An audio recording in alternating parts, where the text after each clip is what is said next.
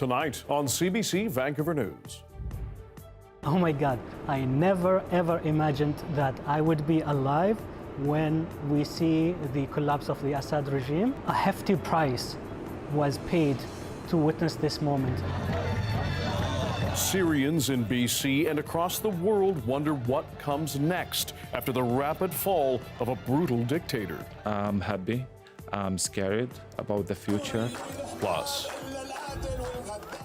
sentencing begins for an impostor who posed as a nurse in BC and pleaded guilty to assault.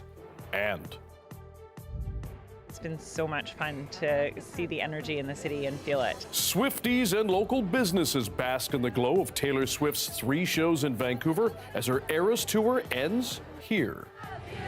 After all 3 nights, we were full for our post-concert rush. This is CBC Vancouver News.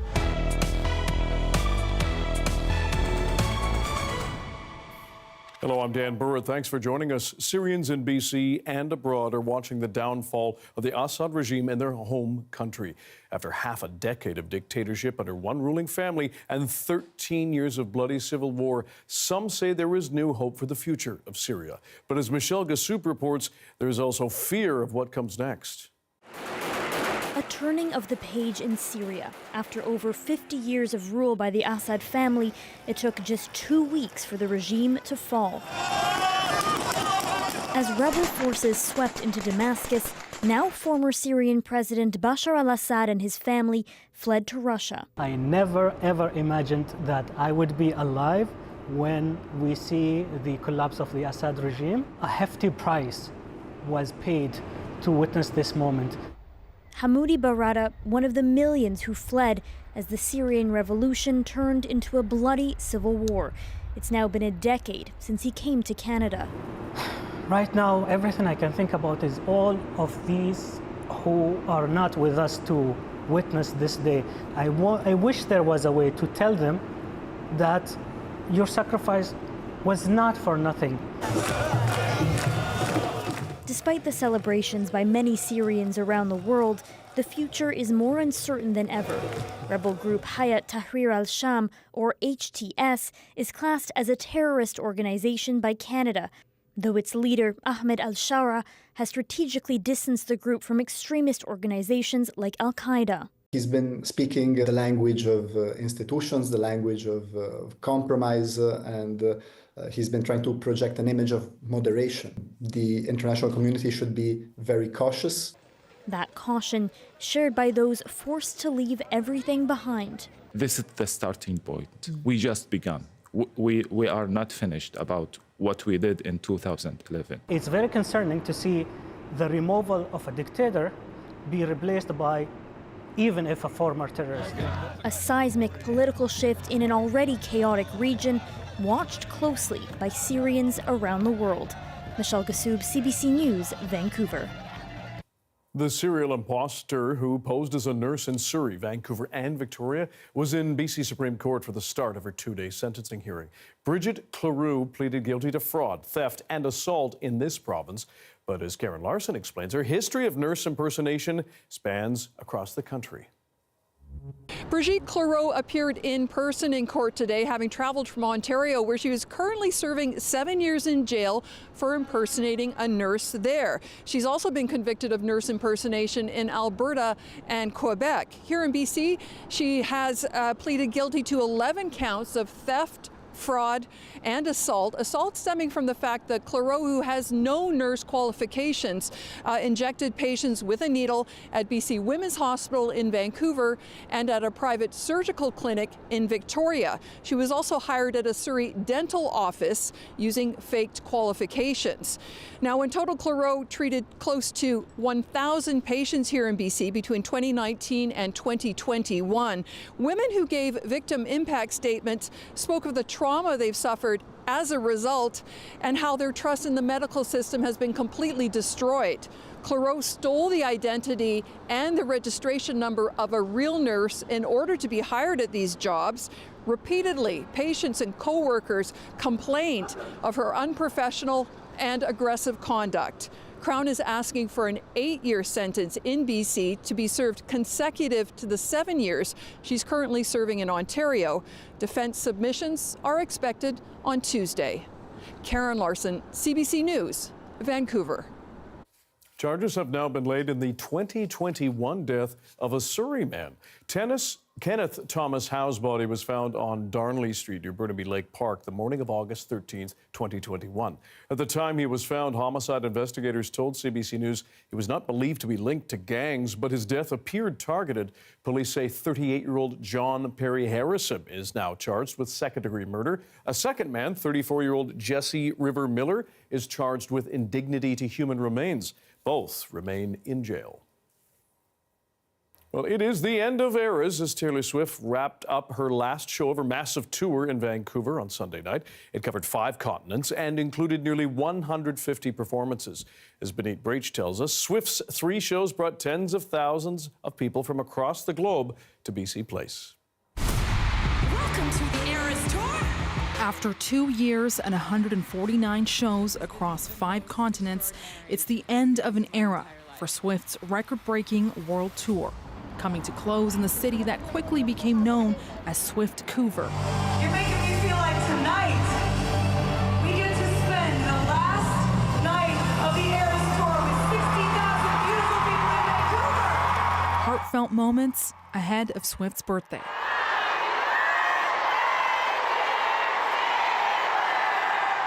Shimmering sequins, glitter, and rhinestones. Wrists stacked with symbols of friendship.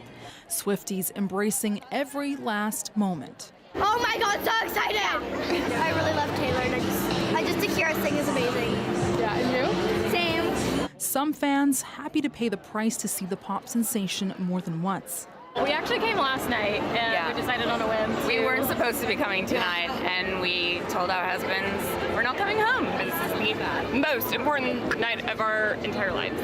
I feel like Vancouver really showed up too, with all the signs and all the events that are happening. As some 160,000 fans took in the eras over 3 nights, some even found a way to hold on to the tour forever. I'm getting 3 different ones. Artists at the Sleight of Hand tattoo shop inked about 200 Swift-inspired tattoos. Samantha Millership got Taylor's cats, a dragon, and the heart hands from Swift's Fearless album. Finally making it to the Eras Tour was a pretty big deal, so I was like, I need to find a way to make that permanent. From tattoos to taking in the city on a Taylor-themed trolley. And you don't really mean to. Fans belted their favorite tunes. There's just been so much enthusiasm, showing a lot of positivity towards each other, and I think that's what being a Swiftie is all about. So we're just honored to host. The concerts are estimated to boost an economic impact of about $157 million for the city, according to Destination Vancouver. The blockbuster tour began in Arizona back in March 2023. And in these final hours at BC Place Stadium, Thank you so much, Vancouver. thousands from across the world singing and dancing their hearts out. Holding on to the memories and momentum of the eras. The CBC's Benit Breach reporting. While Swift's shows likely give a boost to the city's economy, not everyone is celebrating the big event. As Pinky Wong explains, one local restaurant says their bottom line was hit hard after officials discouraged fans from partying outside the shows. We love Taylor! Jill Niddle and her twin daughters came from Victoria to see Taylor Swift's final show on Sunday night. They and other fans were still making memories at one of 13 signs around town. I think it's been really neat to see how Vancouver has embraced Taylor Swift, and it's been so much fun to see the energy in the city and feel it. It feels amazing to see how much Taylor Swift has influenced everyone. The city says the Eras Tour and 2 Canucks home games brought more than 300,000 people downtown from Friday to Sunday. We didn't have major traffic issues, and there was a real strong, visibly be able to see people taking transit, walking there. We saw glitter and Canucks jerseys all over downtown. Some businesses say they definitely feel the influx of fans. Destination Vancouver estimates the tour injected over $150 million into the local economy. The BC Restaurant and Food Services Association calculates bars and restaurants saw a $25 million boost each night, rivaling the 2010 Winter Olympics. We're right by this SkyTrain station, so most people were walking this way and popping in. We filled last night. After all 3 nights, we were full for our post-concert rush. But Gennaro Iorio says reservations at his restaurant plummeted as the weekend began. We've had 200 cancellations because the BC Place manager basically told everybody to stay away. BC Place officials did urge people without tickets not to tailgate around the stadium, though plenty still did. Iorio says 90% of his reservations are from locals, and closing Pacific Boulevard was also hurt. We had a great vibe of Swifties walking by. It looked amazing. What would have been really cool is if all the local people got to see that and enjoy that. While it is the end of an era for Taylor Swift and her tours, Swifties here are still glowing. Pinky Wong, CBC News, Vancouver.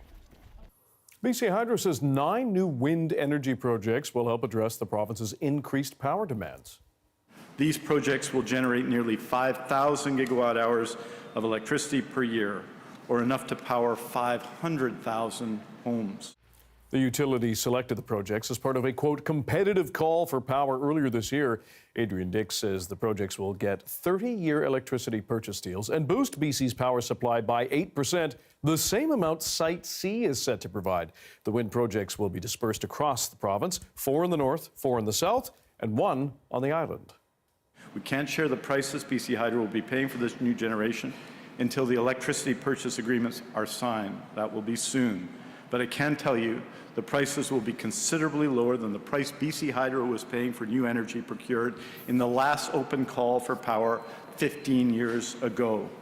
The province says the 9 wind projects and all future wind projects will be exempt from environmental assessments in order to finish them as quickly as possible. It says it will work with Hydro and First Nations to ensure they're built responsibly, and 8 of 9 projects will hold 51% equity ownership by First Nations.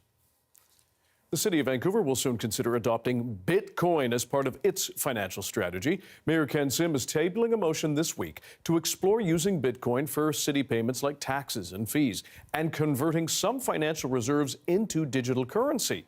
He says doing so will help preserve Vancouver's purchasing power and make it more affordable. Not everyone agrees, though. Just the idea of the City of Vancouver investing in Bitcoin having anything to do with the value of houses is I think, completely irrational. The only impact I think it might have is if this did go through and there was some form of making Vancouver a Bitcoin-friendly city, and you attracted a bunch of Bitcoin enthusiasts and investors to the City of Vancouver, I could imagine that making housing prices actually go up. Council will vote on the motion this Wednesday. Avalanche warnings have been issued for numerous regions across BC following snow and heavy rain from recent storms. Search and rescue teams are warning backcountry users of all experience levels to be ready. So even though we're good skiers, we're good snowshoers, we're good sledders, it doesn't matter how good you are when you're in avalanche terrain. So it's recognizing that terrain and choosing sometimes today's not the day that I should be going. Anyone who ventures out ought to have avalanche training, proper equipment, and know how to use it, and never go into the backcountry alone.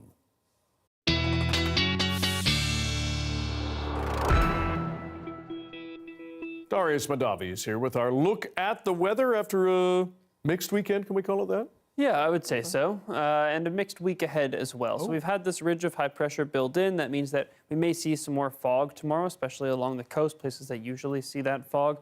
Just like we had, not as thick as we had it last week, but a similar situation, similar setup. But it also means we're quite calm, not much precipitation. We're fairly dry. The one warning we have is an air quality statement around Golden. Besides that, we are not looking like much excitement over the next couple days. Tomorrow, some more cloud will build in, but still a little bit of sunshine on the lower mainland and the South Island. And then the next precipitation doesn't arrive until we get into Thursday. So expect to see a little bit of sun tomorrow, even cloudier on Wednesday, and then some rain showers coming on Thursday. Dan? Okay. Darius, thanks very much. Thank you. They reached thousands of captivated viewers from a small studio in North Vancouver. After the break, a look at how some Farsi YouTubers are creating content. It's popular.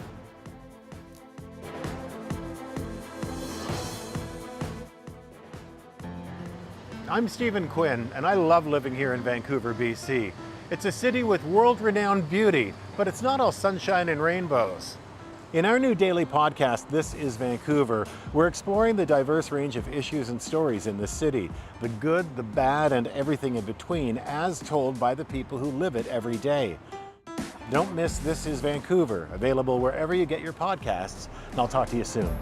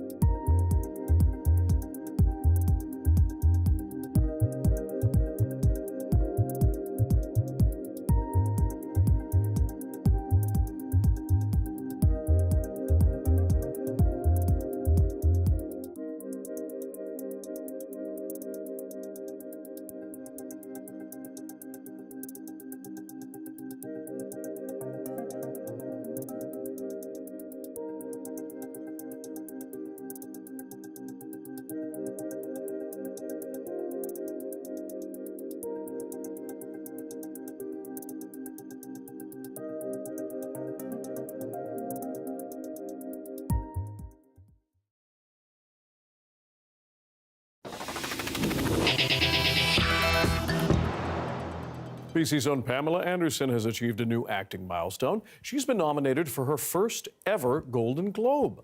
Anderson is in the running for Best Actress in a Drama for her part in the film The Last Showgirl. She plays a seasoned Vegas performer struggling to figure out her next act in life when her show abruptly closes. Ryan Reynolds also earned a nod for Marvel's Deadpool and Wolverine in the cinematic and box office achievement category. That movie grossed $636 million at the domestic market. A trio of Farsi-speaking YouTubers based here in Metro Vancouver have exploded in popularity across the world, enough to open a 4,000-square-foot content creation studio on the North Shore. The CBC's Maurice Katz went out to check it out and meet them. This is our main stage with all the lights on the ceiling. A 4,000-square-foot studio space in North Vancouver. With filming equipment, a podcast corner, a kitchen, it's a dream come true for anyone looking to make content. This is what 3 Canadian Iranian creators have been able to build right here in Vancouver. On Instagram we have like 2 million. On YouTube we have like 1 million followers. It all started 8 years ago. That's where Iman and Kurosh sit and film the videos. Back here, I'll be like operating everything. I have all of the light system here. Salam! My channel is Mia, so everyone online knows me as Mia. She started her channel in Iran back in 2017. I played a lot of video games, I played instruments, I like to do a lot of artsy things, but I didn't have many friends to share these things with, share these interests with, and so I was like, you know what, I'm just gonna film myself like doing these things. I started like writing some reviews of the games that I used to play a lot. Then I just like uploaded them on YouTube and people seem to really like that. And people really did. With their partner Kurosh and friend Iman, they racked up over 600 million views across 3 channels since then. I still can't believe it, to have this audience, to have this engaging audience that's just like growing with me, because it's been like 7, 8 years now. And it's a lot of years, and I just feel very lucky. Part of the secret to their success, it's consistency. We have a precise schedule on the days we upload. And we have never missed it so far. And creativity. Like whatever crazy thing I come up with, they're like good to go. So at 1 a.m. he calls me, I want a 20-foot long structure built tomorrow, so I have to do it. Not only have their channels grown, their team has too. Other than us 3, we have a team that helps us with everything. We have a designer who designed this for us. We have editors, we have like a production manager, someone who helps us with ideas. And their content is extremely varied, from food reviews to challenges to even building a carnival inside the studio. So one of the things I really like about YouTube is it's a creative space. You can do whatever you want, basically. You're reading me, I don't like it. The studio filled with fun and unique props from those videos. That's for another YouTube channel. Oh my goodness. This feels dangerous. Yes, it is. This has some serious weight. I'm like shocked. I thought it was plastic. Their videos are mainly in the Persian language, Farsi. We get comments like, we understand your video, it was so nice, we didn't have to like turn on subtitles and stuff like that, because there's so much content in English, so much amazing content, but not so much in Farsi. While many content creators find overnight success by going viral, they're proud of their incremental rise. The community we've built is really like tightly knit, and they're like, we have a specific following that really that we know, they're like family, they're like friends, because they've been with us so long and they know us. The new studio, 8 years in the making, a place for new ideas that they hope can reach even more in that community. Maurice Katz, CBC News, Vancouver. A look at the day that was in Revelstoke. Snow on the ground in the mountain city as the train rolls by, and there is more snow to come this week. Darius has your BC-wide forecast coming up.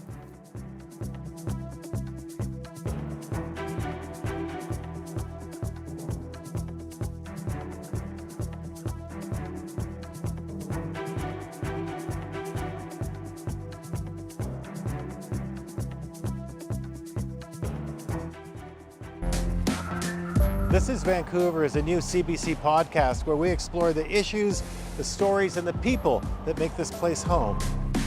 Listen to This is Vancouver wherever you get your podcasts.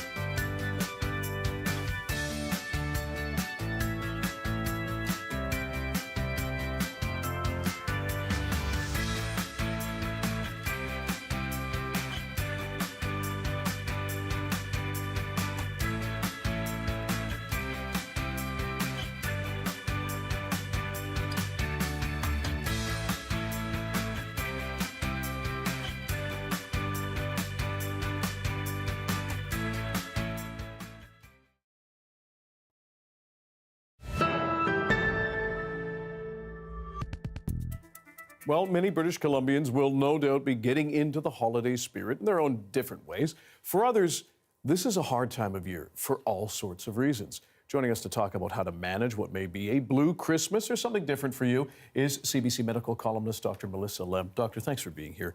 How do you talk about the holidays with your patients when they're just not feeling into it or they're genuinely feeling as though something is wrong? Well, I rely on something that I really love about being a family doctor, which is the longitudinal, ongoing relationship that I have with my patients. So I know what challenges they've been going through, and I can bring their whole self to that appointment. And I start by asking an open-ended question. I ask them, for example, how do you feel about the upcoming holiday season? Or do you have any plans for the holidays? And then take their lead as to whether or not they want to talk about it. But I think it's important to remember for a lot of patients this phenomenon called the anniversary reaction, which is when around a major holiday or at the anniversary of the death of a loved one or their birthday, that suddenly these feelings of anxiety or depression or irritability or even physical illness can come up because it sends a cue essentially to their brains when this date approaches that something has happened and it's etched into our nervous systems. And so I think what we need to do is be aware of these particular dates and then intervene early as family and friends and also healthcare practitioners and keep an eye out for what's going on. And is there a way that you measure between what may just be, oh, I'm tired and fatigued from shopping and I'm feeling a little weepy versus there is something deeply wrong? When it's lasting for longer than 2 weeks, we start to think about it being a major anxiety or depression episode, but also if it's starting to affect your function. If you're not able to function socially or at work or in your personal life, it becomes more of a concern. So what are the ways that you teach or instruct or pass along to your patients about how they can manage this? I think it's really important to go back to basics whenever we're trying to manage stress. We know that around the holiday season that 50% of Canadian adults say that they're more anxious, depressed, and isolated. And actually the majority of Canadian adults say that Christmas in particular is the most stressful holiday of the season because of financial pressures or family dynamics or just how busy it gets. So making sure that you focus on those core pillars of health, healthy diet, making sure that you get outside into nature for at least 2 hours a week, making sure you get enough sleep and moving your body and exercising more days than not will really help you form a good foundation for your mental health. And for somebody who may be away from loved ones, we know that BC, Canada is full of people who've come from other different places to be here. Is there any specific advice for travelers or people who perhaps newcomers to Canada around dealing with some of that loneliness, if they're feeling that? Well, I think realizing that a lot of people feel the same way that you do, so more than 1/3 of Canadian adults say that they feel lonely, is really important to know that you're not alone. So, for example, making sure that especially around the holidays, staying connected, sending those texts, booking those video and phone calls to stay connected to people far away, but also really focusing on forming traditions of your own where you are. So, for example, the BC Parks Foundation for the past 5 years has been supporting a first day hike tradition where you get outside into nature on New Year's Day to start the new year off in a healthy way, but also don't underestimate the power of volunteering. There's research showing that the happiness parts of our brain actually light up more when we give rather than receive, and it's also a really good way to meet people and feel at home in your own community. Dr. Melissa Lem, we always appreciate your time and your advice. Thanks for joining us. Thanks, Dan.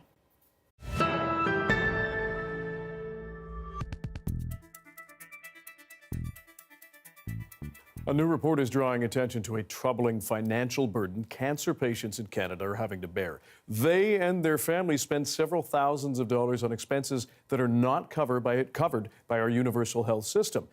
Here's Jennifer Yoon with the details. When Vanessa Percoco was diagnosed with advanced colorectal cancer at 31, she expected to take time off work. What she didn't expect was that fighting the disease would be so expensive. Medication, colostomy bags, going to the hospital, the gas, the parking tickets. Throughout 2 years of treatment, she paid more than $4,000 out of pocket for prescription drugs alone and struggled to pay her bills. I was like, should I get the medication to feel better during chemo, or should I keep the money to pay my rent? A new report from the Canadian Cancer Society suggests she's not alone. Across Canada, patients and their loved ones spent approximately $7.5 billion in 2024 on cancer-related expenses. Out-of-pocket costs include transportation, medical devices, drugs, and more. All this adds up to an average of approximately $33,000 per patient. There are individuals that are at lower income or fixed income, individuals in rural and remote locations, which can really feel this impact. Some say it's a wake-up call. We need to have some very serious discussions about this to ensure that we have equitable access. Many patients who can't afford extra costs turn to fundraisers. On GoFundMe alone, thousands of people are looking for help, paying for housing, travel costs, or treatments that aren't covered by Medicare. Not everyone is fortunate enough to have family that supports them, or or have a community that is able to provide that extra support. Experts are hoping this report starts a conversation and gets policymakers to take action so cancer patients don't have to rely on the generosity of others to fight the disease. Jennifer Yoon, CBC News, Toronto. The federal government has finally announced the date for its fall economic statement. The budget update will be presented to Parliament on December 16th, just days before MPs break for the holidays.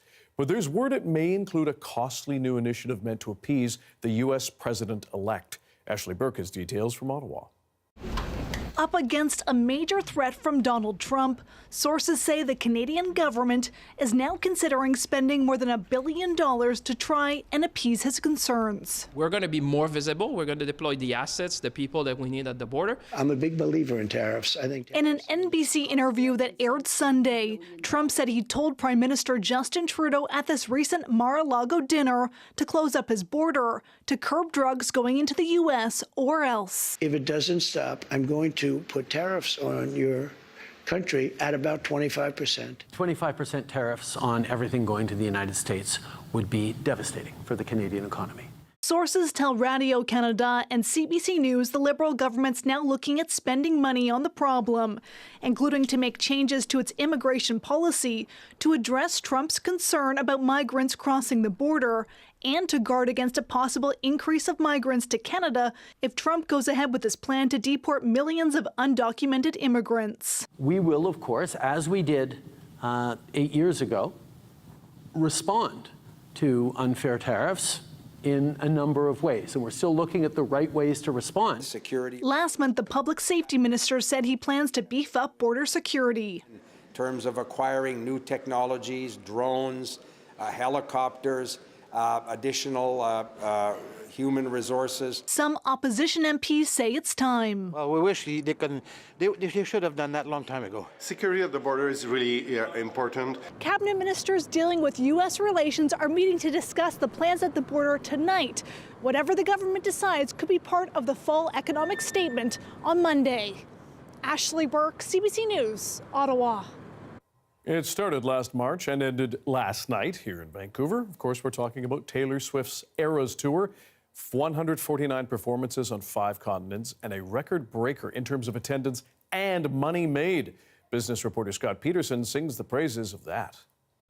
The world might never see another tour like this one. This is one for the record books for a lot of different metrics, also making Taylor Swift a billionaire as well. But let's take a look at some of the numbers from the Eras Tour and how much it garnered. And a lot of people think this is beyond concert revenue. It's almost in the stratosphere of an Olympics or the Stanley Cup coming to the world. Take a look at some of these numbers. Over 10 million people attended the concerts around the world. And for the concert itself, this is interesting. The average price that the concert garnered was $204, the average price. Not the astronomical numbers that we like to talk about, the thousands of dollars for those tickets. All that profit went to Ticketmaster, Live Nation, or StubHub.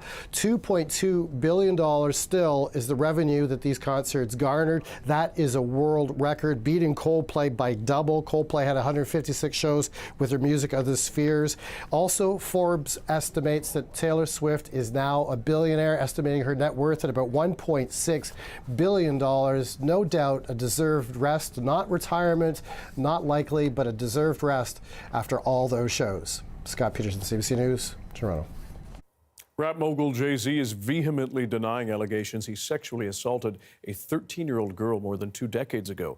The disturbing accusation was made in an amended lawsuit filed yesterday. That suit initially only named Sean Diddy Combs as the defendant. The woman, now in her 30s, says it happened during a party in 2000. Angie Seth has more.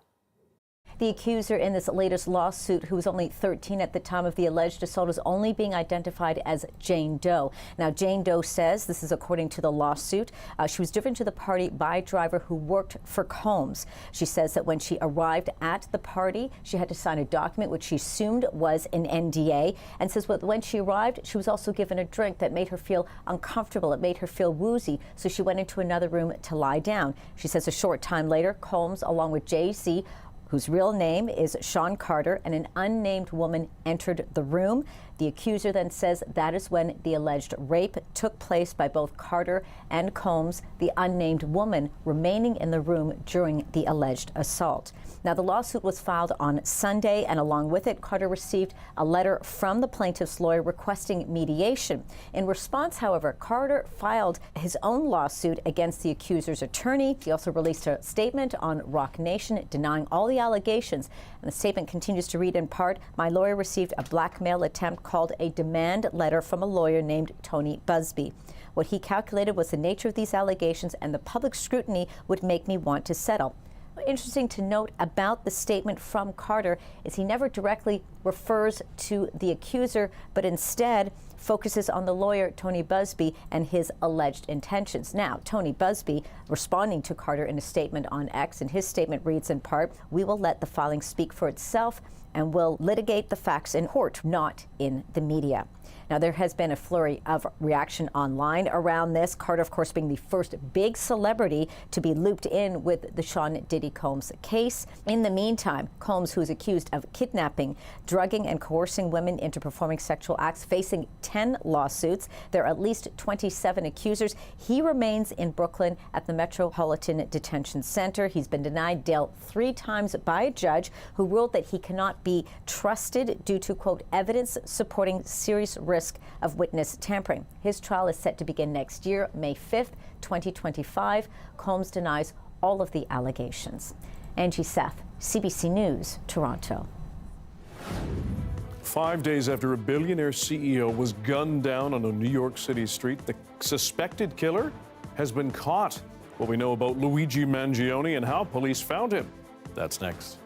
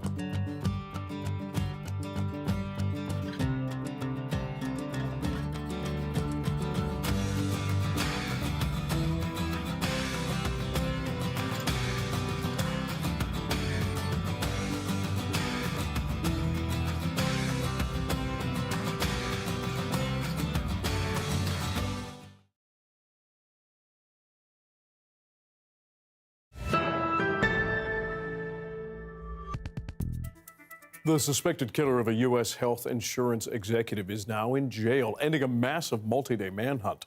Now, new images and information are painting a clearer picture of who he is and his motivation. And as Paul Hunter shows us, police found a number of items, including a handwritten manifesto among his belongings, giving insight into his mindset on the Manhattan murder.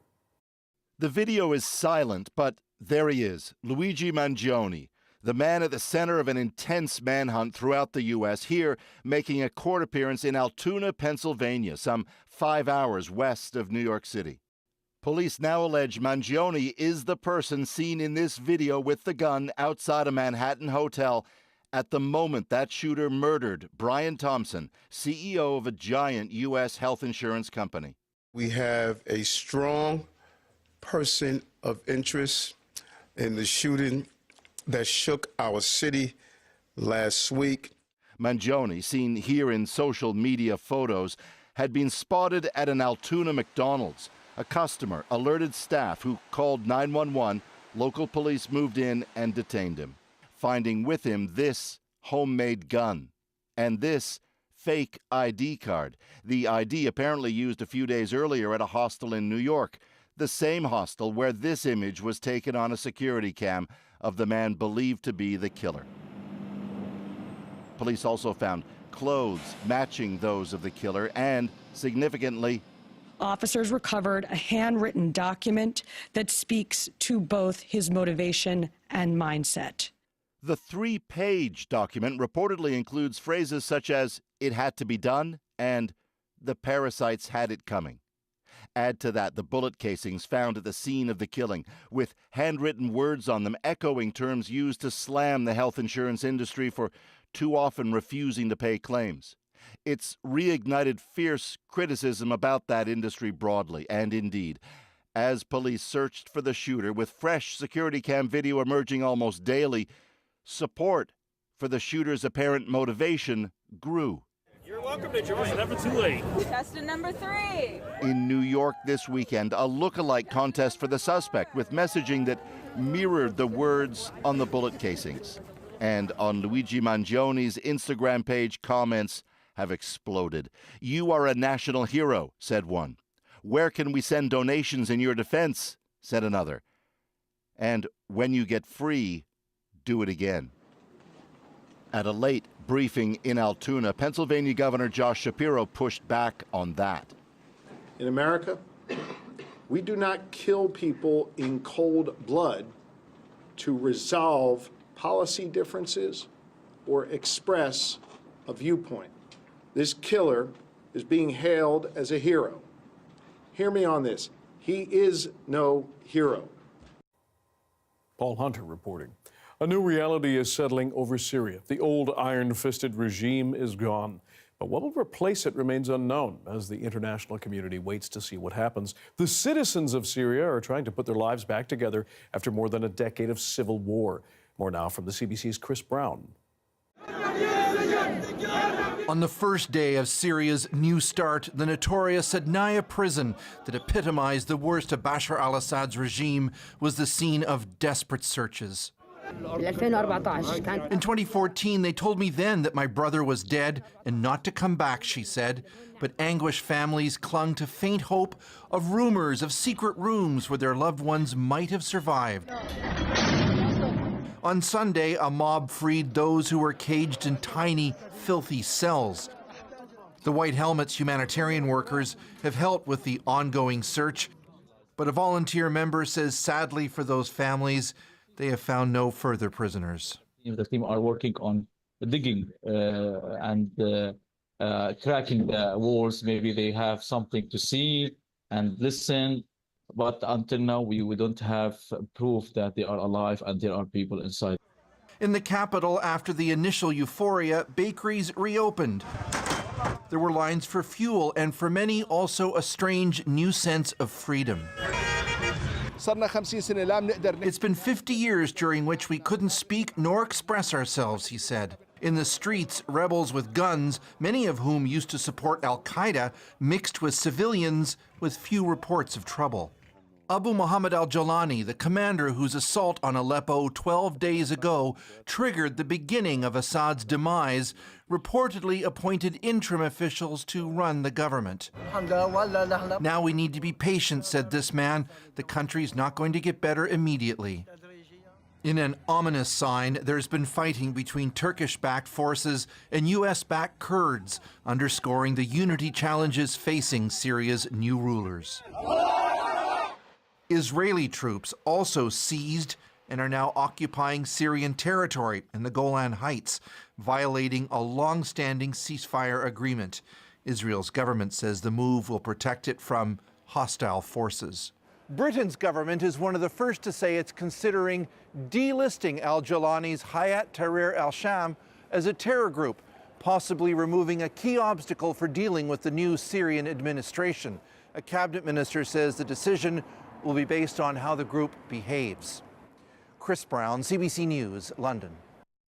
Now, around the world, there is cautious optimism about the future of Syria. Attention is turning to the lives of the Syrian people, the return of refugees, and the ultimate fate of former President Bashar al-Assad.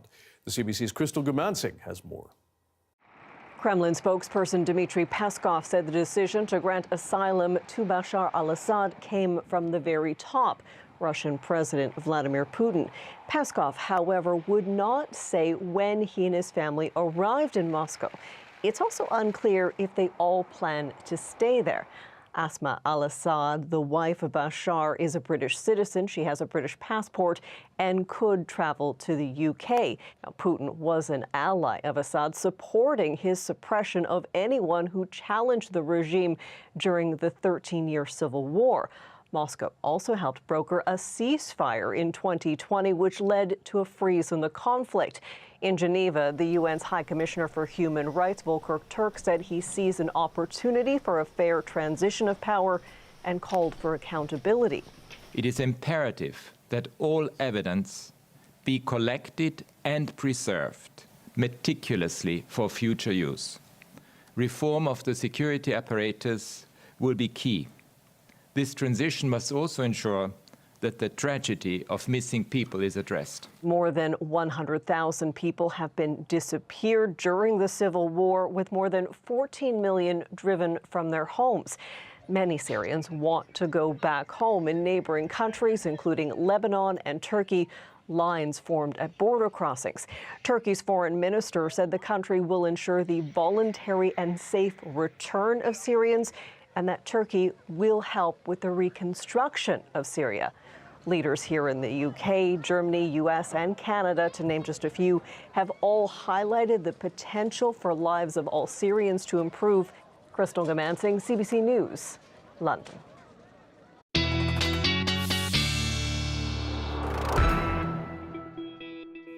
Darius Mondavi is here with our BC-wide weather forecast, and we're turning a bit dry? Yes, that's right. Changed from last week?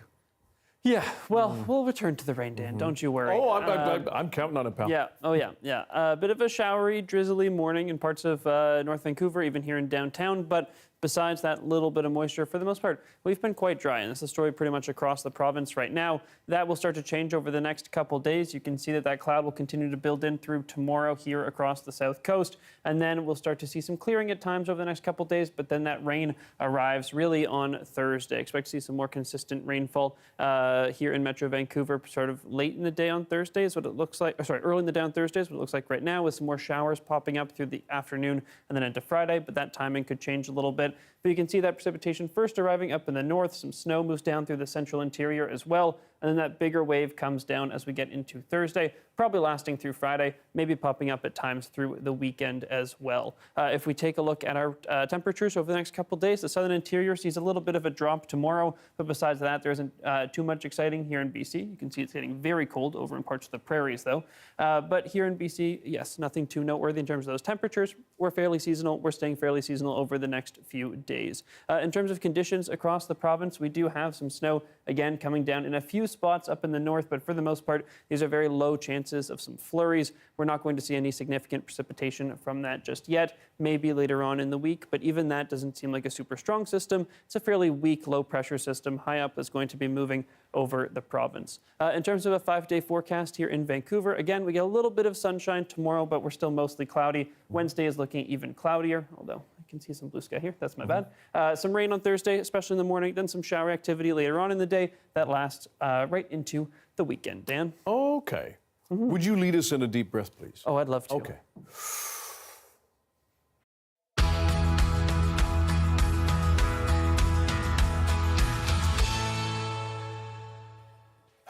There we are. You're going to tell us about a new breakthrough from a group of neuroscientists in California, all to do with stress, don't you know? Yes. And Dan, do you know why we started doing that deep breath?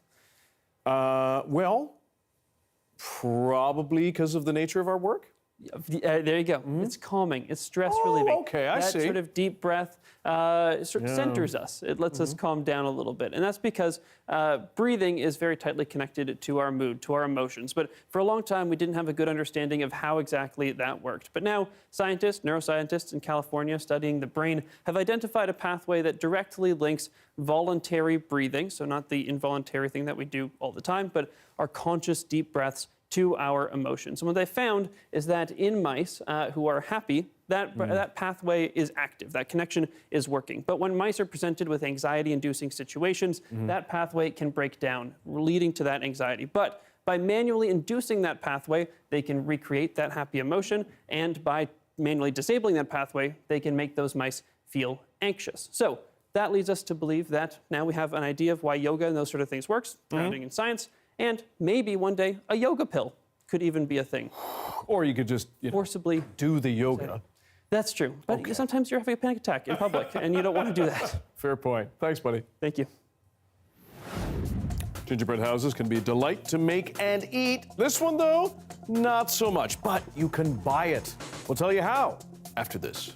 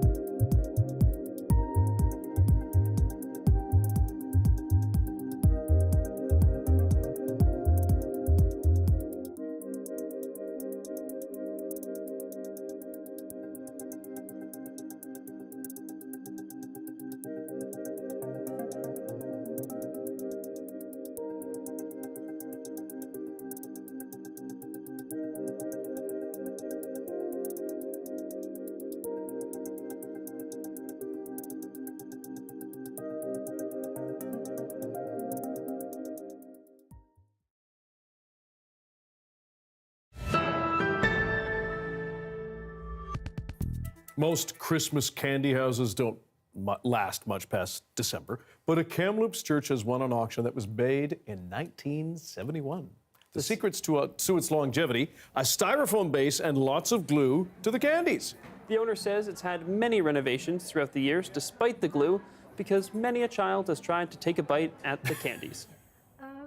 Gummy, if it does sell, it can go to another family who can put their own stamp on it, put their own decorations on it, and make it theirs, and hopefully enjoy it for many more years to come.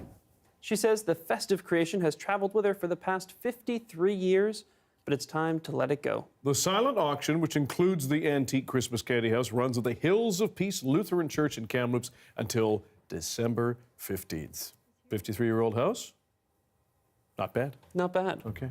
Probably less expensive than any other house you can get around here. Thanks for being with us tonight on CBC Vancouver News at 6. You can watch this newscast on CBC Gem, as well as on YouTube and our website, cbc.ca/BC. And we will have your next local news at 11 o'clock, right after the National. See you then.